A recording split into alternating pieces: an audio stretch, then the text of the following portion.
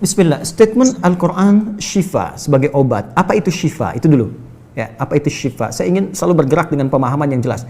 Ada apa namanya? Ontologi, epistemologi, dan aksiologi. Kita arahkan ke dasarnya dulu, ontologinya. Quran surah ke-17 Al-Isra. Ya, di ayat yang ke-82. Allah memberikan statement tentang syifa di situ. Ya, paling kiri agak ke tengah sedikit. Wa nunazzilu minal Qur'ani ma huwa syifaa'un wa rahmatul lil mu'minin wa la yazidul zalimina illa khasara. Wa nunazzilu minal Qur'an, dan kami turunkan dari ayat-ayat Quran itu, minnya tab'id, menunjuk pada sebagian. Jadi nanti ayat Quran itu punya banyak keutamaan. Setiap ayatnya itu keutamaan pedomannya ke A, keistimewaannya bisa A, nanti yang lain bisa B, bisa C. Ada terkait dengan penyakit, ada terkait dengan kesuksesan, ada terkait dengan karir, dengan macam-macam. Ya, itu bimbingan yang kompleks dan sangat luas. Nah, ada sebagian ayat Quran itu yang ayatnya memberi petunjuk langsung berfungsi sebagai syifa. Ya. Wa rahmatul lil mu'minin, ada ayat lain berfungsi sebagai rahmat. Tapi ingat, lil mu'minin, bagi orang-orang yang yakin, tanpa ragu. Jadi kalau kita ingin berinteraksi dengan Al-Quran, kaidah pertamanya jangan pernah ragu. Ya, Quran surah kedua ayat 2. Dzalikal kitabu la raiba fi. Semua isi Al-Quran akan jadi petunjuk hudan lil muttaqin, bagi orang takwa, syaratnya la raiba fi. Jangan ragukan sedikit pun. Anda ragu, Anda tidak mendapat manfaatnya. Oke, sekarang kita kembali. Apa itu syifa? Syifa sering diterjemahkan dengan obat. Ya, penawar. Syifa sesungguhnya punya arti yang lebih luas. Ya, obat itu di dalam Al-Quran, bahasa diksi Al-Quran, juga hadis, bahkan standar bahasa Arab biasa, itu setidaknya punya dua, ya, diksi dari dua kasus yang terjadi. Ya. Satu begini, jika penyakit ya, yang butuh obat, penyakitnya itu berupa penyakit fisik saja, secara fisikal. Misal, saya katakan misalnya sakit gigi, fisik ya, fisik saya yang kena. Kemudian sakit perut, sakit kepala. Itu penyakitnya disebut dengan daun. Daun. Oke? Penawarnya, obatnya disebut dengan dawaun. Ini. Baik kan? Ya. Karena itu ada kalimat begini yang disandarkan pada Nabi SAW, likulli da'in dawaun. Di setiap penyakit fisik itu mesti punya keyakinan pasti ada obatnya. Jelas ya? Nah, yang kedua, ada jenis penyakit terkait dengan fisik juga, tapi sudah melewati batas-batas dawa. Jadi ini menggunakan obat medis standar, ya, ini susah. Bahkan sebagian mengatakan, dokter mengatakan, wah ini nggak bisa nih, udah give up gitu kan? It's impossible, ini nggak mungkin, ya. Jadi sudah give up di sini, ini udah nggak memungkinkan. Nah. Atau yang kedua, penyakitnya tidak terkait dengan fisik secara langsung, tapi ada yang terkait dengan aspek-aspek psikal, ya. Secara psikologis, penyakit hati, iri hati, dengki, dan dendam, dan itu juga berpengaruh kepada fisik, tapi sudah melampaui batas fisik. Orang iri hati kan fisiknya terganggu, gak enak makan, kan? Ya, pusing, tidur, bahkan tidur pun masih nggak enak, ngigonya juga masih dengki juga, gara-gara kamu nih tidur, masih keluar kalimat itu, ya, nggak enak kan? Dan nggak mungkin berobat mencari dawa, nggak mungkin. Ya, silahkan cek ke rumah sakit, ada poli dendam, poli iri hati, ini nggak mungkin. Ya, yang ada poli gigi, poli mata, kan? Ya, poli iri hati, poli dendam, nggak ada, poligami nggak ada di rumah sakit. Anda nggak mungkin menemukan itu. Ya, nah maka penyakit yang lebih lekat kepada aspek non fisik itu seringkali diistilahkan oleh Al-Quran dengan kata marad namanya, maradun. Ya, penyakit hati. Karena itu ketika Allah menyifati orang munafik yang hatinya bermasalah, Allah tidak menyebutkan kata daun, tapi menyebutkan kata marad. Silahkan cek di Quran surah kedua Al-Baqarah ayat 10. Fi qulubihim marad. Ya, di dalam hati mereka ada penyakit. Hati yang di sini bukan hati fisik ya. Ya, tapi sumber kehidupan kita. yang ditetapkan oleh roh. Nanti ketika fisik itu mulai sempurna selama 4 bulan jadi mudghah.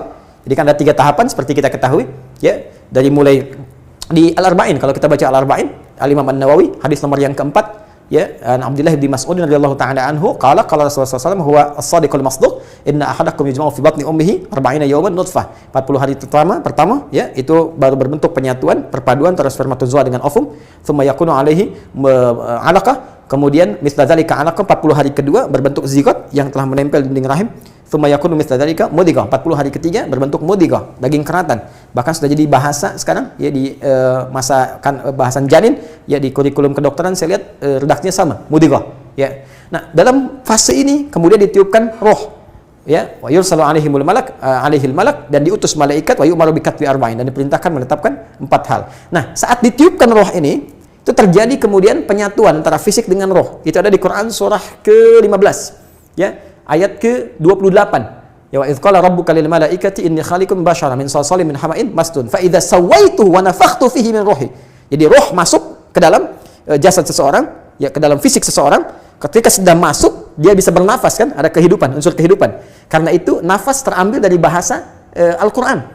Jadi begitu kemudian sudah masuk roh ke dalam jiwa, menjadi nafas namanya, berubah dari roh jadi nafas. Ya, maka dia membawa 2 potensi. Ya, ada fujur, ada takwa. Di Quran surah 91 ayat 7 sampai 10. Wa nafsi wa ma sawwaha fa alhamaha fujuraha wa taqwaha. Jelas, ya? Maka wa nafsi wa ma sawwaha, jika roh sudah masuk ke dalam jiwa jadi nafas, dan disitulah manusia bisa bernafas. Tapi jangan lupa dia membawa 2 potensi. Ada potensi kebaikan, takwa, ada katalis kebaikan. Saya tidak mengatakan yang buruk. Itu katalisnya. Jadi lawannya langsung. Yaitu jujur, lawannya dusta. Ya, marah, lawannya sabar. Yang sabar itu takwa, jujur itu takwa. Yang marah, yang sombong, yang bohong, itu namanya fujur. Itu katalisnya. Di Allah menciptakan sifat marah bukan ingin membuat Anda pemarah, tapi ingin kemudian memacu supaya yang sabarnya muncul. Sebab kalau nggak ada marah, bagaimana bisa ada sabar? Itu cara membacanya. Nah, di sini terjadi pergolakan. Ya. Apa kaitannya dengan ini? Orang-orang yang tidak bisa mengendalikan sifat takwanya dan tidak menjadikan sifat fujurnya sebagai katalis, tapi diikuti menjadi dominan, maka jadi penyakit di hatinya. Itu yang disebutkan dengan marad namanya. Ya, itulah yang memunculkan penyakit riya, pamer, gitu kan? Sum'ah, ingin didengar orang, sombong turunannya, ya, kemudian dendam dan sebagainya. Ini marad. Marad ini dan penyakit yang sudah melewati batas fisik, kalaupun terkait dengan fisik, nggak ada obatnya dari dawa. Yang ada hanya syifa. Syifa. Maka jika ada orang tertentu yang terkena penyakit fisik yang sudah di luar batas dawa, yang medis misalnya udah nggak bisa nih, ini nggak mungkin, maka beralihlah dari dawa ke syifa. Ini yang pernah dilakukan oleh Nabi Ayyub alaihissalam. Ketika diuji dengan penyakit, Allah contohkan langsung supaya kita bisa meniru. Bukankah ayat ini turun ketika Nabi diuji dengan penyakit? Ya, supaya memohon kepada Allah. Jadi kan Nabi Ayub kan divonis dengan penyakit yang tidak pernah diderita oleh orang sebelum beliau, tidak akan dirasakan oleh orang setelahnya. Yang paling menarik apa yang dilakukan? Ketika semua mengatakan nggak mungkin, lalu turun kemudian gambaran dari Allah.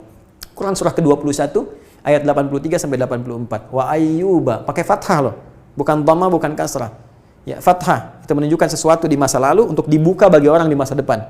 Ya, fathah itu dibuka. Itu ilmu lughahnya. Saya spesialisasi di bahasa Arab. Jadi di antara makna itu fathah, kenapa ada fathah, ada dhamma, ada kasrah, itu ada maknanya. Wa ayyuba, dan kami buka kisah Ayub di masa lalu sebagai inspirasi untuk orang di masa depan. Idnada rabbahu anni masanni yadhurru wa anta arhamur rahimin. Ketika beliau mulai meninggalkan opini manusia dan mulai kembali kepada Allah dengan sangat kuat untuk spesifik memohon kesembuhannya. Ya Allah, penyakit ini sudah mengganggu saya. Untuk ibadah, itu poinnya. Untuk ibadah. Jadi ternyata kalau ingin disembuhkan dengan cepat, arahkan kesembuhan itu untuk niat kita beribadah. Kalau cuma pengen sembuh saja, jangankan Anda yang belum beriman pun kalau sakit pengen sembuh. Terus Anda tujuannya apa dari kesembuhan itu? Kalau cuma pengen minta dunia, apa dengan sakit belum cukup menjadikan Anda ingat Allah? Maka arahkan permohonan itu untuk kesembuhan supaya punya niat ibadah. Ya Allah, saya pengen sholat lagi. Ya Allah, saya pengen ke masjid lagi, pengen tahajud lagi. Mohon ya Allah, penyakit ini sudah mengganggu saya tahajud, saya pengen sholat lagi. Wa anta arhamur rahimin, sedangkan Engkau yang paling sayang kepada saya. Kalau yang Maha Penyayang saja tidak menyembuhkan saya, kepada siapa lagi saya mesti memohon? Nah, tahu apa yang terjadi? Begitu kalimat itu muncul dengan penuh kekuatan, keyakinan, visi yang benar, memanggil Allah dengan panggilan yang sangat halus, lembut, ya, terasa ke dalam jiwa, Maka jawabannya tidak menunggu lama. Fastajabna lahu fakashafna ma bi min dhurrin wa atainahu ahlahu mithlahu ma'ahum rahmatan min indina wa dzikra lil 'abidin. Lihat ujung ayatnya. Kami langsung sembuhkan penyakitnya. Kami singkapkan semua rasa sakitnya. Kami kembalikan semua yang dia rasakan rugi. Biaya obatnya diganti dengan rezeki yang lain, kesulitannya dihilangkan, datangkan dengan yang lebih baik. Dan yang paling dahsyat, lihat ujung ayatnya. Wa dzikra lil 'abidin. Kami jadikan inspirasi, pengingat bagi hamba-hamba Allah yang soleh, yang diuji dengan penyakit yang serupa, maka amalkan amalan Ayub untuk mencari syifa. Ya, maka ini ikhtiarnya. Termasuk syifa, bisa mengobati penyakit hati. Nah, lalu sekarang apa terapannya? Karena disebutkan ada ayat-ayat Quran berfokus sebagai syifa. Ya, ini yang digunakan sebagai zikir diantaranya. Apa itu? Tadi saya sampaikan Al-Fatihah. Ya, itu lengkap. Al-Fatihah itu disebut syafiyah. Surah syafiyah, surat penyembuh. Silahkan Anda buka semua kitab tafsir. Di antara fadilah surah Al-Fatihah, kisah pertamanya adalah kisah seorang kepala suku di Arab yang digigit kalajengking. Bayangkan, kalajengking Arab pada saat itu. Ya, dan sudah kena racun dan sulit, orang semua sudah give up, ini nggak mungkin. Ya, apa yang terjadi? Ditemukan sahabat Nabi, secara singkat diketahui, ditanya ada yang bisa menyembuhkan, mereka berkata Allah yang menyembuhkan, tapi kami bisa berikhtiar.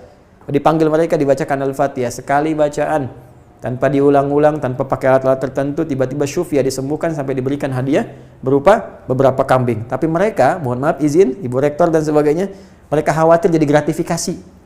Dibawalah kambing itu kepada Nabi, disampaikan, boleh nggak makan dari sini? Jawab Nabinya apa? Dari mana kalian tahu kalau surat itu bisa berfungsi menyembuhkan? Al-Fatihah. Tapi gimana cara baca Al-Fatihahnya? Karena dulu orang sekali baca sembuh, sekarang orang 1000 kali malah nambah penyakit. Apa yang salah?